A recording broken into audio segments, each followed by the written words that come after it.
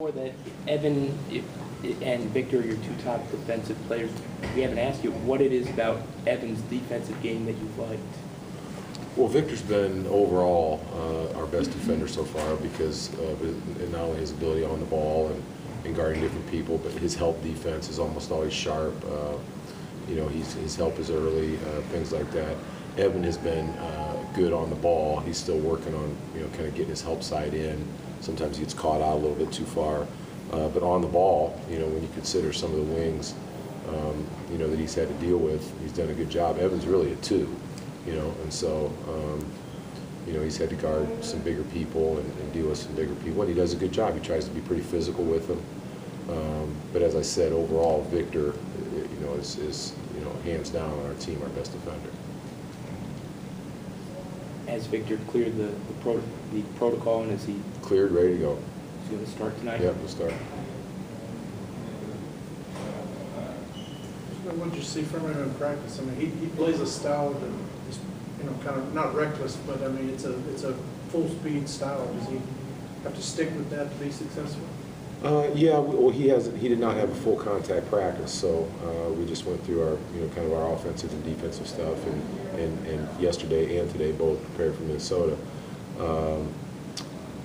But I don't want to sell anything short because I've already commented. I'm for the concussion protocol, but he was out such a small amount of time. Obviously this was not a major concussion. He would have, he passed the protocol quickly, and he's back quickly. I don't know exactly what, nobody does. I don't know how he's going to react, being out there for the first time. But he's totally cleared. And like I said, we'll start him and we'll just monitor him, see what he does. How much of an influence have you seen that Garnett and Tayshaun have given the Wolves defensively? Yeah, I don't know. You never know. That's something you never know unless you're on the inside. But I feel having competed against those guys, coached against them a lot, it can't be negative having those two guys around. Both guys winners. KG in particular has always been a great leader. No nonsense guy, serious.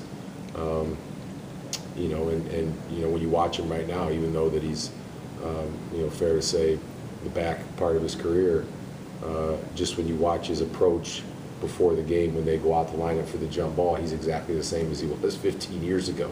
He's intense, he's into it, he's ready to go.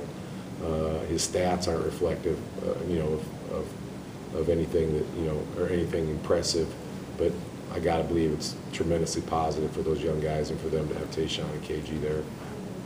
What have you seen from this younger Timberwolves team? They've played really tough on the road so far. Yeah, interesting. Yeah, and I mean, if you go back, even a couple years, I mean, their record with Rubio, without Rubio, is dramatic. So, when Ricky's on the floor for him, he does such a nice job organizing them, and he sees everything. He's good on the break. He's a good defender. And then, I mean, that has to help kind of those young wings, Wiggins, Levine, Muhammad, those guys are going to play better with a guy with an organizer out there like that. So, he seems to be, it's reflected in their record when he's in and when he's out. They're a totally different team. You ever heard of the team, particularly a young one, 5-1 on the road, 0-5 at home? Yeah, interesting. Yeah, I don't know how you predict that. I mean, they were.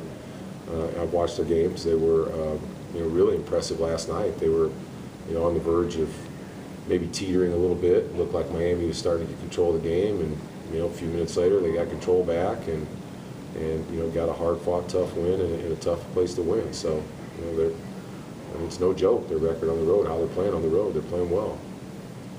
How pleased are you with what you've seen out of Shabazz the last handful of games with CJ out? Well, the last 2 he hasn't been very good. He was good in the in the game here. He carried us in the fourth quarter. We won. He struggled in the last 2 games. So I'm probably too harsh by saying he hasn't been very good. He's just struggled in comparison to that game. But that was an exceptional game. So CJ's still out. He'll get the first look, like you would normally get behind Elfrid. And we need the things that Shabazz can do. We need shot making in the backcourt. It's clear just from a percentage standpoint. I feel like a little bit, and we've talked about it with him, that he might be looking to run the club a little bit, maybe even too much, as opposed to looking for a shot. We see some opportunities for him to shoot the ball, and maybe he's turned down some shots. So, we want to basically, green light him. We want him out there looking for a shot because he's a really good shooter. What's the challenge in limiting what Rubio does on the court? And as you said, when he's out on the court, Minnesota is a completely different team. What's the challenge in containing him? He just he just has a really good feel. The really good point guards, they're going to get the ball where it needs to go almost no matter what you do, and he can certainly do that. And I think that's it. I mean, he's always had the vision. When he first came in, probably took too many risks, and was more of a high turnover player. Now he's the exact opposite. He leads the league in assist to turnover ratio. So he's become really under control. You can tell he feels comfortable out there. And, you have to say that, if he stays healthy, their team going forward, that, going to be a really good club. What was your reaction to the news out of Houston about Kevin McHale getting fired? Why didn't you ask me that this morning? It slipped my mind because I'm not that intelligent a person, apparently. You were all hung up on Michael Towns, I I guess. was getting all confused. I might have gotten concussed. Yeah, it's part of our job. It's the bad part of our job. It's hard for me to understand how somebody can be a great coach one year, and then all of a sudden people say he loses the locker room the next year. Well, if he lost the locker room, somebody changed the team. Who changed the team? He didn't.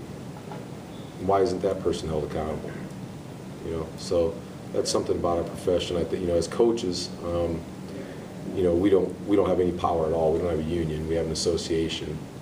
And so there's nothing that can be done, and rightfully so. We should be based on production, and if they're not getting production, and so that part of it I see. There's also a part of it though, from a lot of my colleagues, where if somebody's name is printed as possibly being in trouble on some site, their agents are hawking that job while somebody still has that job. So that's a lack of integrity from people in my position as well. So I see both sides of it. Throwback question for you. With your second season with the Magic, you ended up having to play in the Midwest Division. How do you handle that as far as you're out on the road playing West teams a whole bunch? Yeah, well, that wasn't great. Yeah. I mean, you went from 18 to 31, but yeah. Well, I mean, that was just the situation at the time. They had you playing in both, and then you finally settled where you settled. Just a lot of travel, a lot more travel.